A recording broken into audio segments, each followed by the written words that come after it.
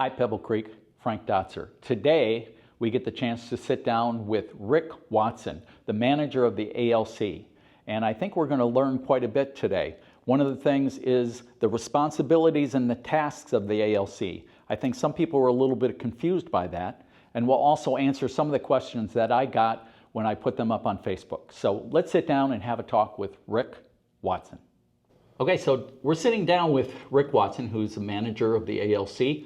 And let's learn a little bit about what their responsibilities are. What are your responsibilities at the ALC and the ALC board? We are here to assist the homeowners in following all the rules and guidelines. Everyone in our office is a homeowner, and we all want to keep the community looking the way it does now.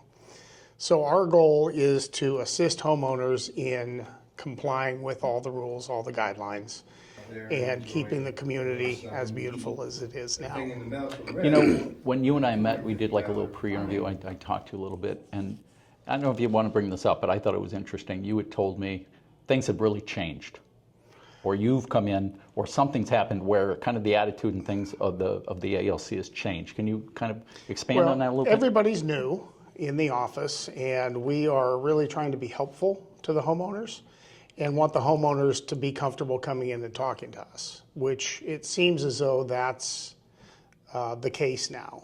Okay. And we have homeowners that have been here 20 years plus, and they have been into the office recently and have noticed that it is more of a helpful office.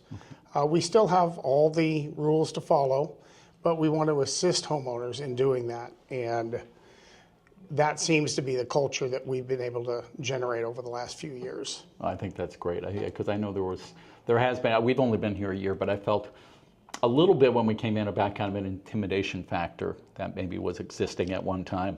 Like, oh geez, you know, I don't know if I can ask the ALC that, or they're going to turn me down. So I'm hoping that's changing. Yeah, you can ask us anything. You know, we're gonna help the homeowner, and there's a process that everybody can follow. So if it's outside of the norm, we can assist in getting them to where they want to be. Excellent.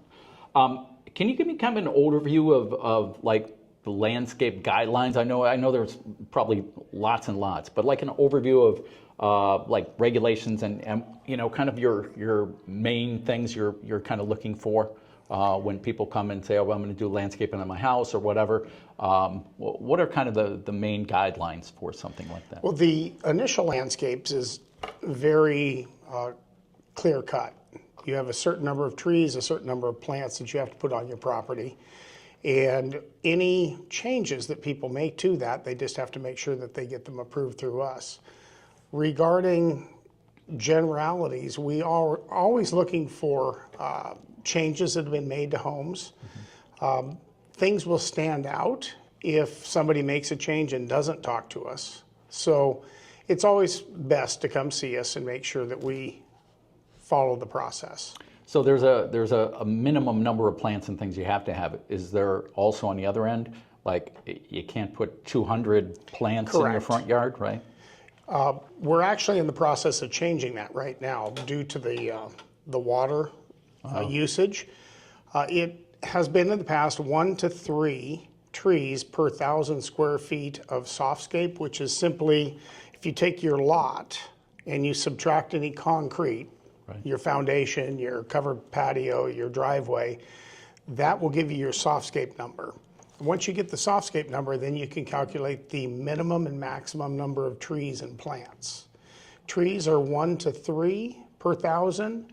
Plants are 7 to 14. We're in the process of lowering the plants down to 5.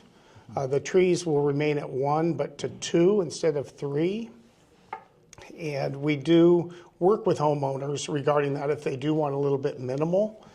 We still need to keep the appearance of the community looking nice. Well, it's funny. I had a question in there, and you kind of answered it for me now, because I was going to ask about the idea. Do you guys work with some type of idea of conserving water and you know, with the Ballios fighting over water rights, right, and saying this and that, that's kind of built in now, that we're saying, well, to save water, we're going to do this, or these kind of plants, or not as many plants, or. And we do have plant lists that are native and plants that do better in the desert. So we are really looking at that water conservation. We have several committee members that are very active in that area. Excellent. So we talked about the committee a little bit. How does the committee handle requests for changes or additions to landscaping? What's the process for the committee to go through that? And do you have meetings, or how does it work? There's a meeting once a week, unless we don't have any plans to review. It's every Wednesday at 9:30 in the Sienna Room here in Tuscany Falls, and every homeowner is welcome to attend. Any changes that they make, if they are standard changes, we can approve them in the office. If they're significant changes, such as building a casita, golf cart garage, completely re-landscaping the property, then it goes to the committee. If it's something out of the norm that someone wants to do, we have the committee review it. If it's something standard where they're coating their driveway, or putting a palm tree in and taking an orange tree out, those are things that we can approve right in the office. Perfect. So what resources or support are available to homeowners who want to improve or maintain their landscaping? Do you guys give any kind of advice, anything down the line like that as a support instead of just a kind of a restriction or looking at things? Can you give any advice or anything? We don't recommend or advise homeowners. Okay. We can certainly give them lists of people that have done work here in the community. We always encourage them to check the internal IO group and talk to their neighbors, see who's doing what and who can help them with the situation that they're currently in. How often do committee members or anybody, how often do you get out to inspect properties? And what's the process? I know when new people move in, you do that. What about if I send you a request for something and I put it in, you come out and inspect that? How does that work? What's that whole process? Well, there is internal Pebble help that we do follow. If we do get a request from a homeowner stating something is off on a property, we have one property now that several trees and plants have died, so I've gotten in touch with the homeowner and they're handling it. But what we do is, if that's submitted, I will go out and check it pretty quickly, within a day or two. We do have an inspector that works part-time for us. We also have roamers out there that inspect properties and send me information or the office information. So we're constantly, continually looking at the community and trying to keep everyone up to speed with the guidelines and the properties looking nice. Excellent. So let's talk about penalties and fines for homeowners. How does that work? I mean, is it the minute there's somebody does something wrong, you go out and give them a fine, or is there a warning system? How does that work? Typically, as long as it's not a very bad situation where somebody has done something on purpose and not checked with us, we don't fine people. We'll typically write a 21-day courtesy notice, so they have 21 days to fix the situation. If it's not handled within 21 days, I will typically call them and let them know or ask them when they can have it done by, and if there's no response, then we do have the ability to send out a fine letter. Are there any community-wide landscaping projects that you guys are involved in, like, besides going to individual houses, anything in the common areas or whatever, that you guys go out and say, we're going to design this or redo this, or anything like that going on? That is handled through the facilities office. Okay. We only handle homeowner property. Okay. And we do get a lot of questions about that. Yeah. So I would encourage the homeowners that are concerned about common areas to address that through the facilities managers. Excellent. They're welcome to come in our office and let us know. We get that regularly, and I can always pass that information on to the right people. And what is the procedure now? When we finish with the questions, I have a couple that I pulled off the web. I asked people to go out, give me some questions. I'm going to talk to Rick. Sure. What have you got? And I thought a couple of really good questions, but a lot of them concentrated really on what you just addressed. And I want to make sure we drive that home, that you are the Architecture and Landscape Committee. You are not the facilities, right? So Correct. if somebody's in the common area and it looks like the gravel is all missing here and whatever, they don't call you to say, hey, we're missing gravel, come out here and refill the gravel, right? I mean, that's correct. There's a couple of different areas. There's facilities that handles most of the common area, and then there's also golf course maintenance, which will handle the golf course property. We have nothing to do with that. Like I said, if you want to let me know, I'm more than happy to help. But that's something that we have no control over. The facilities handles all the common areas. If there's dead trees, dead plants, overgrown trees, they would take care of that. And like light maintenance or anything? I know I had seen, somebody sent me a couple pictures and they had some of the, the little path lights were knocked over, and they're like, wow, we've, asked these guys to fix it. And I wanted to respond to that. I don't think that's their responsibility. That's not us. Same with the street lights. I get lots of street light questions. Yeah. So everybody realize what's going on here. This is not facilities, right? So that's good to know. But we will help. Excellent. Like I said, I put out a kind of a feelers to ask people, hey, do you have any questions for Rick? And I got a couple, and I'll see if you can hit any of these. They're not too bad. So if a neighbor is, if a neighbor is not taking care of their front yard, what's the process and how long does it take you guys to act on it? Say they're not taking care of it and somebody calls you and said, our neighbor's got all these dead plants and what am I supposed to do? And they call you, then what's the procedure and how long does that usually take? The procedure is you notify us, I'll go out and inspect it, and then I will either contact the homeowner via phone or we'll send a letter out. They have a certain amount of time to correct the problem. If I get a hold of them, for instance, in the case I was talking about with the dead trees and plants, the homeowner had already scheduled it for March 15th. Okay. So that was great. Now I've got to follow up and make sure it gets done March 15th. Gotcha. But from a standpoint of complaints because of yards not looking nice, we do follow up. There is a 21-day notice process, as I'd mentioned earlier.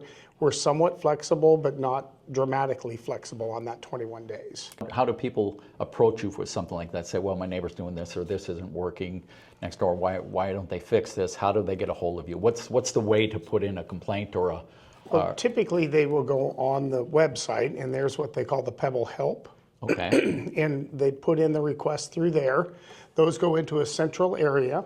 So if they were requesting the path light to be fixed, yes, it would go to the facilities. If they're requesting the street light to be fixed, it would go to another area. Okay. If they're requesting their neighbor trim their bushes or take the dead plant out, it comes to our office. Okay, but they can all put it into that Pebble Help. Right. And I'll put that at the bottom of the screen so people can see what that website is to go to. That's great. I didn't know about that. So I mean, I'd heard of that, but I didn't know really what it was for. So that's excellent.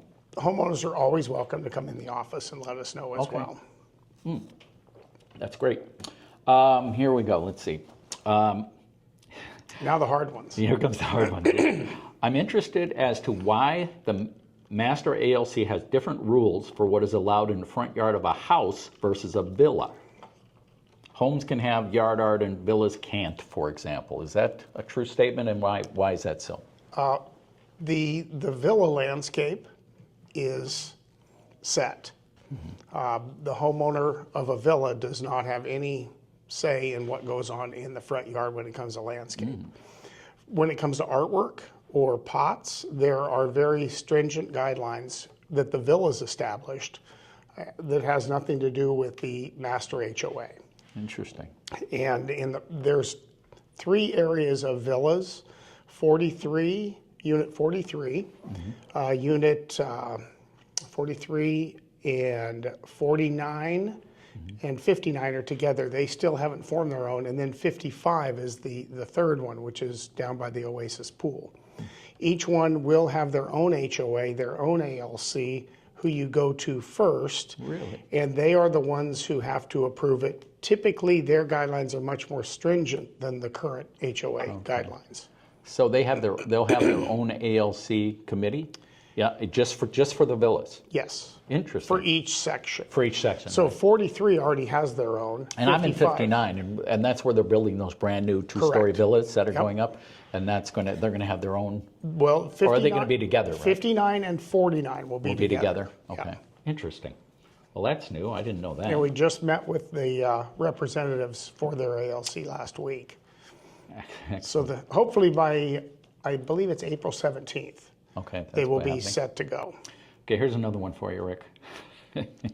When I only laugh because I feel like I got you on the hot seat now. Oh, don't Let's put a worry. nice bright light on you and see how that works. I get questions at the This softball is good. field, Well, these are great. at the pickleball They'll be courts, ice. so don't worry. All right. When a new rule is passed, please give us the reasons for the ruling. Example, this year I saw in Pebble Creek News that grapefruits and lemons are not allowed to be put on a mailbox anymore. Residents still did it. Is it because it's a stupid ruling, or they just didn't know it? What's the idea behind that? The idea behind it is nothing is allowed on top of the mailbox. Throughout Pebble Creek over the last 25 years, it's been a common practice that people do that. We are not penalizing or fining people for doing that. We're encouraging them not to.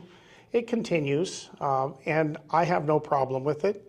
It is something that in the general guideline states nothing can be placed on top of the mailbox. Gotcha. Now, this time of year, it's not something that is monitored closely. And it's a temporary thing, right? It's not very like temporary. like somebody's putting a flag on it or putting a wild duck on top or something. It's And now there's baskets or bins with plastic bags on the side of the mailbox. Yeah, yeah. Again, I don't worry too much about that. yeah. It's something that has been going on for years. And, I go down to the softball field. There's always lemons, grapefruits, oranges available there as well. Do you take one? Several. Good. Okay. And Now I we do- know why- I do now we pick- know why he likes that. I do pick them off the mailbox, but I use them. Yeah, good. Is there a process for homeowners to initiate changes in the guidelines? And how do changes in the guidelines get enacted? So I think that's an overall question like, well, I didn't like the fact that we can't do this. And if I don't like that fact, is there a way for me to put it up for vote or, kind of figure out a way how we Right. could get past it? We are currently in that process. We just posted today the guideline proposed changes for 2024. We'll be hosting a meeting on April 4th for homeowner input. Okay. And then the board will be voting on them hopefully on April 17th Okay. to pass the new ones. Now, homeowners can either send myself, our office, or the HOA board their suggestions for those changes. Via email or how? Via email, via however they would like, drop it in. voicemail, email.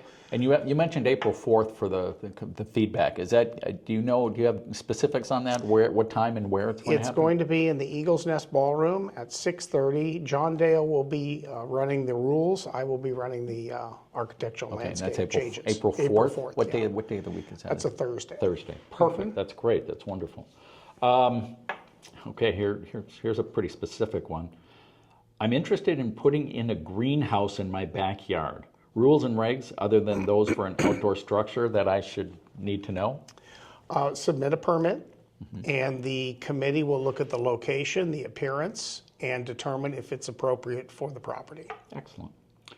Well, here, and these are, I have concerned questions about how the common area landscaping is managed. I know it's not directly the responsibility of the ALC, but maybe we could get some guidance on how to more effectively manage concerns. I know about the green card system online.